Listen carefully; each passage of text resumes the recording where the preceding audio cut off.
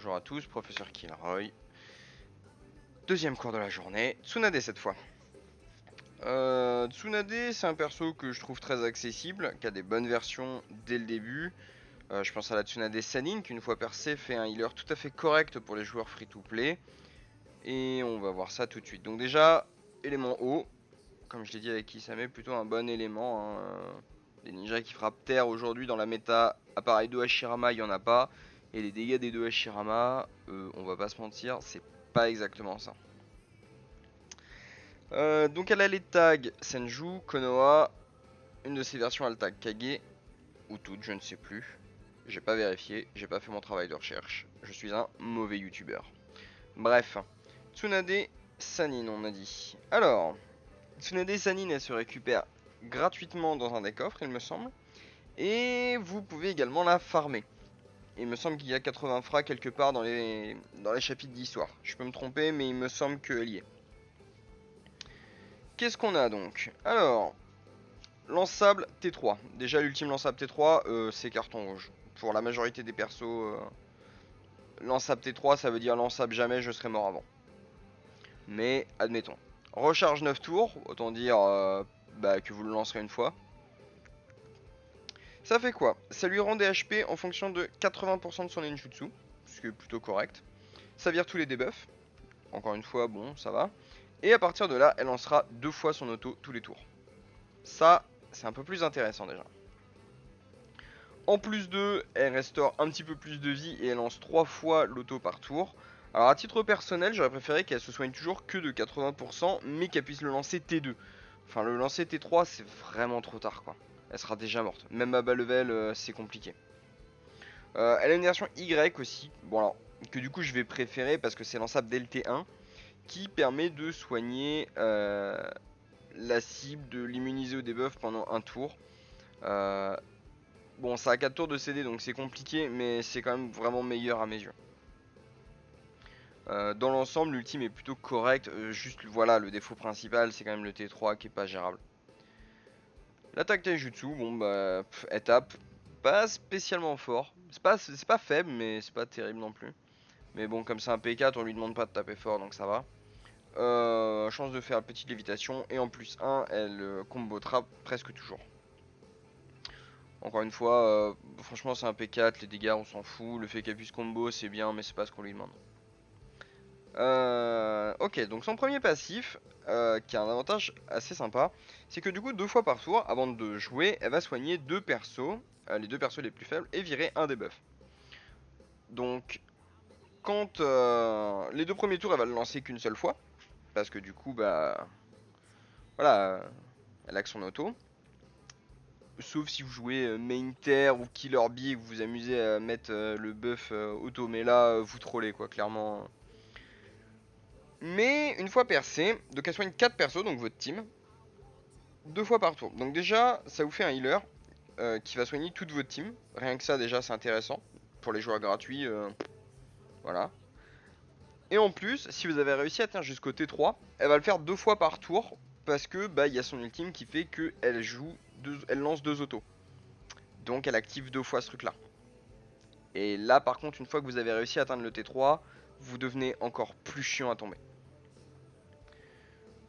Bon, quand elle met un coup critique, elle fait KO.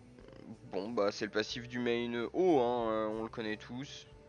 C'est correct. Après c'est un P4 donc ses taux de crit seront pas exceptionnels.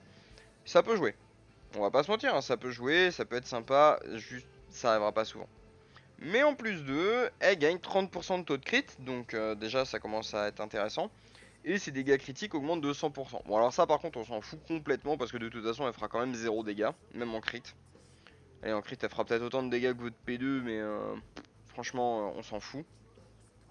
L'avantage c'est principalement effectivement 30% de taux de crit, ça augmente vos chances donc de faire KO. Alors pour le coup je vais dire qu'elle est pas mal à basse combativité. C'est un bon perso de débutant qui en plus est gratuit. Après 80% de la méta est immunisée, le 20% restant de toute façon ils ont super armure ou ils esquivent les poursuites. Vous arriverez jamais à combo. Et sa poursuite, donc petite lévitation vers haute lévitation 2 fois par tour. Bon, ça permet de comboter avec Là comme ça, je sais pas, Sasuke percé par exemple. Enfin, c'est pas incroyable, mais dans l'ensemble c'est un perso que j'aime beaucoup, que je trouve très très bon pour les débutants.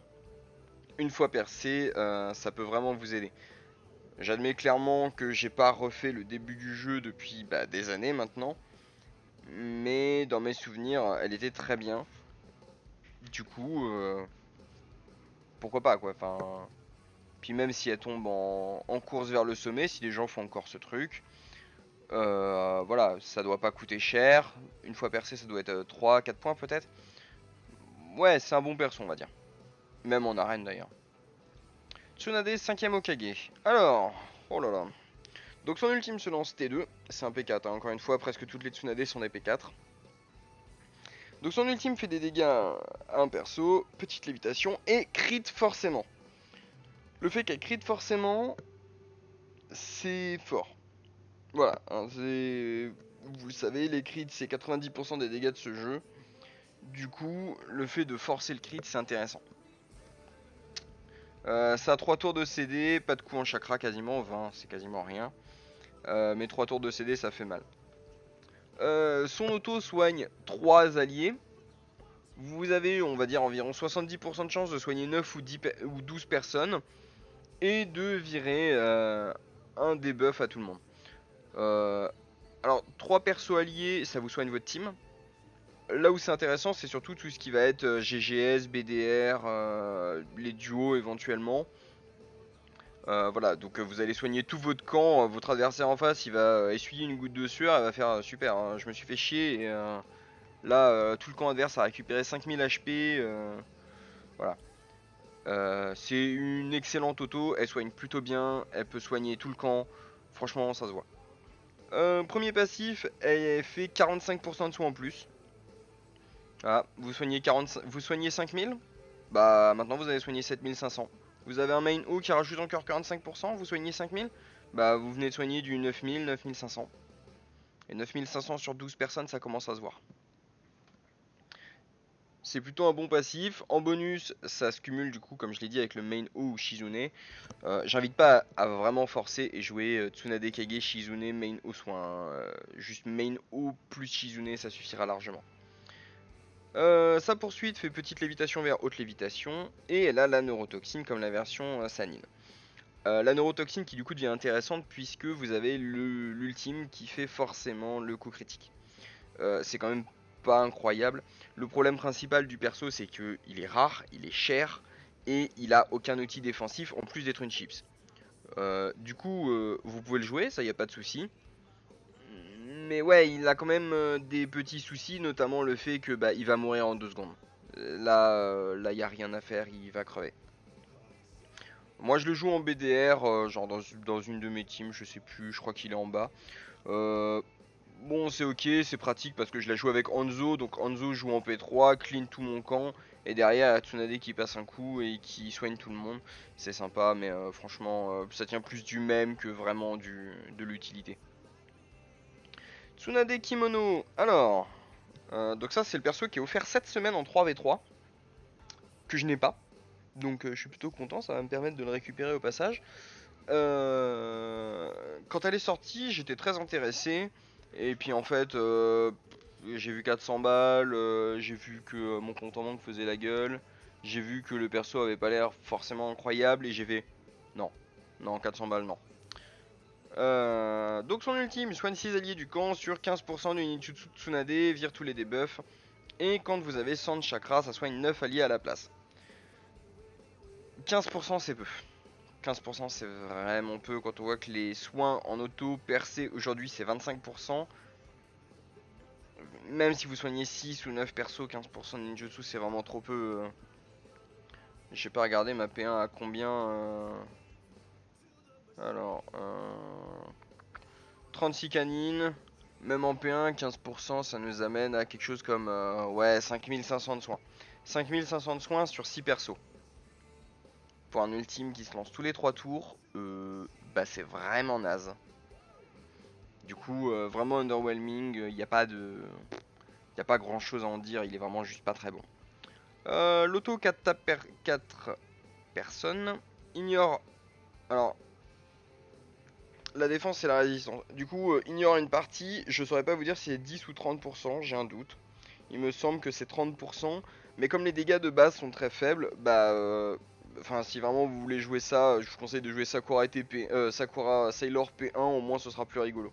Si vous voulez faire tomber des limaces sur votre adversaire, je suis d'accord, c'est pas opti, ça demande qu'elle soit 4 étoiles, qu'elle soit percée, ça demande une team tout autour. Mais voilà, si vous voulez faire tomber des limaces sur votre adversaire, ce sera plus efficace que ça. Elle poursuit refoulement, fait petite lévitation. Elle ignore une partie de la défense et de la résistance, donc encore une fois des dégâts. Sauf qu'encore une fois, en fait, Sakura Sailor fait la même et mieux. Quand elle meurt, elle récupère 100% de ses HP, donc comme Hinata chez GS. C'est très bien, sauf que comme c'est un... allez, je peux vraiment être gentil, on va dire un P2. Bah, de toute façon, si elle meurt une fois, elle meurt deux fois, hein. C'est pas votre P1, elle va claquer et c'est tout. Et quand elle prend des dégâts, elle a 45% de chance d'infliger KO à l'attaquant. Alors ça c'est bien, on l'a vu, hein, je pense qu'on a tous vu des Kurenaiete se trimballer, on a tous vu des Sasuke Rinnegan se trimballer. Le problème c'est qu'en fait, bah, c'est moins bien que ces deux-là. Sasuke Rinnegan c'est un P1 et en plus il choure du chakra et il a 55% de chance de KO. Donc bah mieux. Et puis Kurenaiete en fait elle apporte plus, elle a un miroir, elle a une suppression d'immunité. C'est pas un mauvais passif, le problème c'est que les persos sur lesquels ça sert sont en général mieux que ça. Du coup, Tsunade Kimono pour moi c'est... Là elle est gratuite donc si vous avez que ça, je vais pas vous dire elle est à chier, la jouez pas. Mais payez pas pour, elle en vaut pas le coup. Voilà, là elle est gratuite, je vous conseille de la prendre, de toute façon je pense que vous l'auriez prise quand même. Mais voilà, à payer non. Tsunade jeune, hein. Donc la Tsunade Sannin qui a été offerte plusieurs fois aussi je crois. Alors, donc son ultime se lance tous les 2 tours. Ça y est, on avance. Ils ont fini par comprendre qu'effectivement des ultimes avec 3 tours de CD c'était pas incroyable. Dégâts Taijutsu à la cible, petite lévitation, 30% de taux de crit supplémentaire et 100% de dégâts critiques supplémentaires. Bon, basiquement, vous mettez une giga baffe. Les dégâts de mémoire sont pas incroyables, mais bon, on va pas s'en plaindre quoi.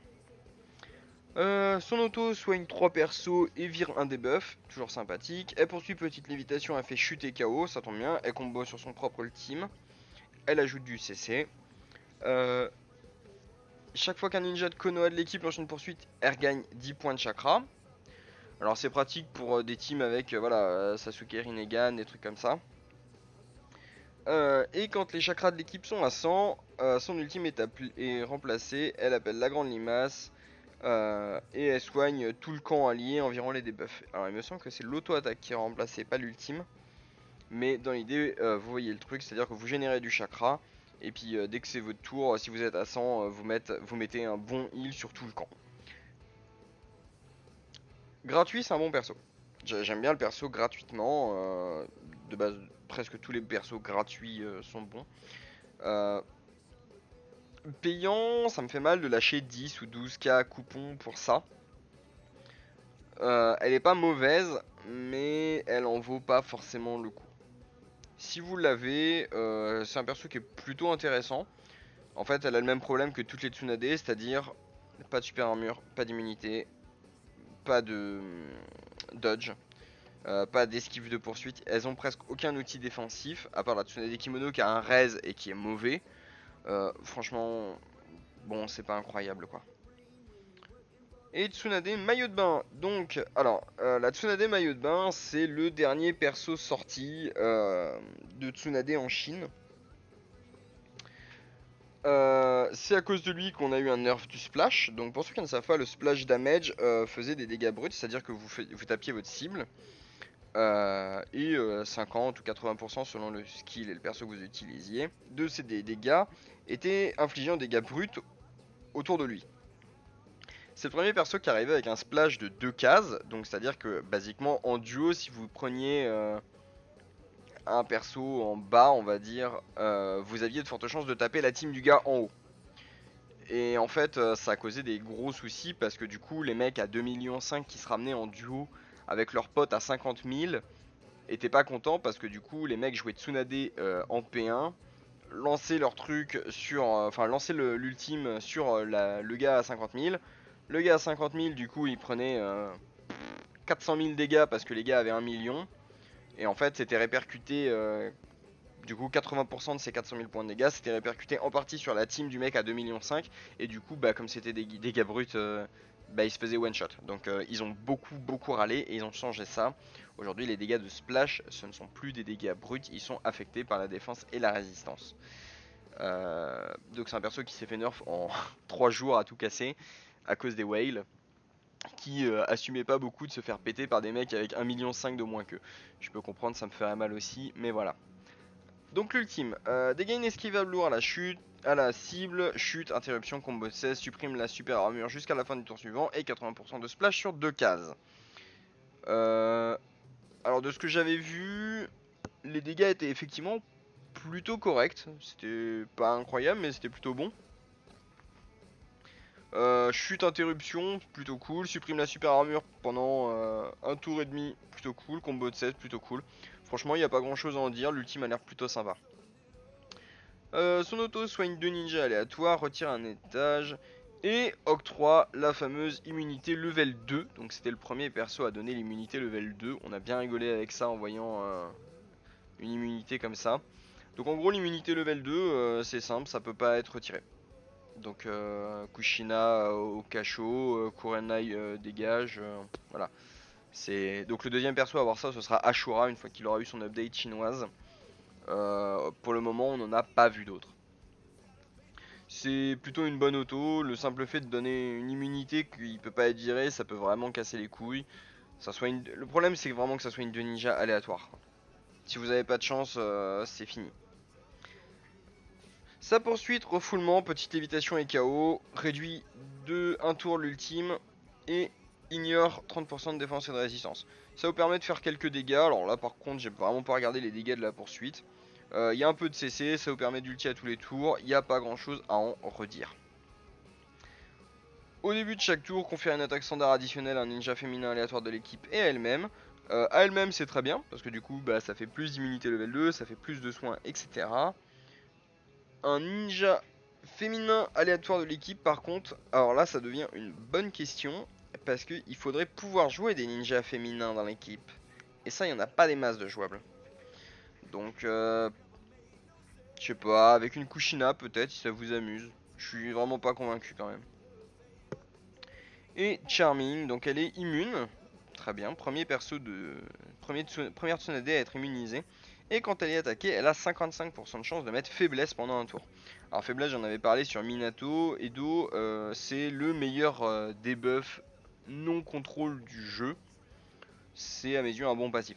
En soi, le perso est plutôt bon. Le problème, c'est que ça va être un P1, P2 qui a pas forcément de quoi faire son travail de P1, P2. Comment je peux expliquer ça? C'est un P1, P2 dont la seule force est d'être immunisé, de pouvoir se soigner et d'avoir un ultime chaque tour. C'est-à-dire que le problème c'est qu'en plus comme c'est un ultime mono-cible en soi, vous allez cibler la P1 adverse pour voilà, on va dire vous affrontez un Kisame, vous ciblez la P1 adverse, vous virez sa super armure, jusque là c'est cool, vous le faites tomber, vous le combotez, vous le cessez, nickel. Genre jusque là il n'y a aucun souci. Le problème c'est que du coup, les 80% de dégâts que vous avez fait au Kisame, ils sont répartis. Et comme vous aurez déjà pas fait grand chose parce que c'est le P1 adverse et que P1 contre P1 en général bah ça fait pas tellement de dégâts, vous en faites encore moins et ils seront encore réduits par la défense et la résistance des P2, P3, P4 adverses.